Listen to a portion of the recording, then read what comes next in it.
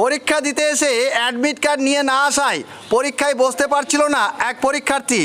এরপর এক civic volunteer তড়িঘড়ি মোটর বাইকে করে তাকে নিয়ে যায় তার স্কুলে।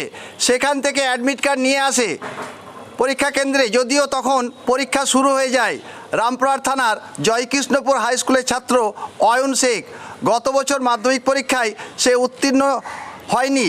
এবছর আবারও ফের মাধ্যমিক পরীক্ষায় বসে। রামপুরহাট শরবিন্দু আদর্শ স্কুলে তার পরীক্ষা কেন্দ্র ছিল, কিন্তু সেই স্কুল থেকে অ্যাডমিট কার্ড তোলেনি। পুরনো কার্ড নিয়েই পরীক্ষা দিতে আসে। এরপর পুরনো অ্যাডমিট কার্ড নিয়ে স্কুলের শিক্ষকেরা তাকে পরীক্ষায় বসতে দেয়নি। আমাকে বললো স্যার এই ব্যাপার হয়েছে, আমি সঙ্গে সঙ্গে বাইক বের করলাম, ওর অ্যাডমিটটা এনে দিলাম। কটার সময় এলে? আমি এলাম বলতে এখন টাইম হলো 11:03। আমি 10:50 বেরিয়েছি। 10:50 বেরিয়েছিল। এখান থেকে কতটা দূর? 13 মিনিটে যাওয়া আসা করে দিয়েছি।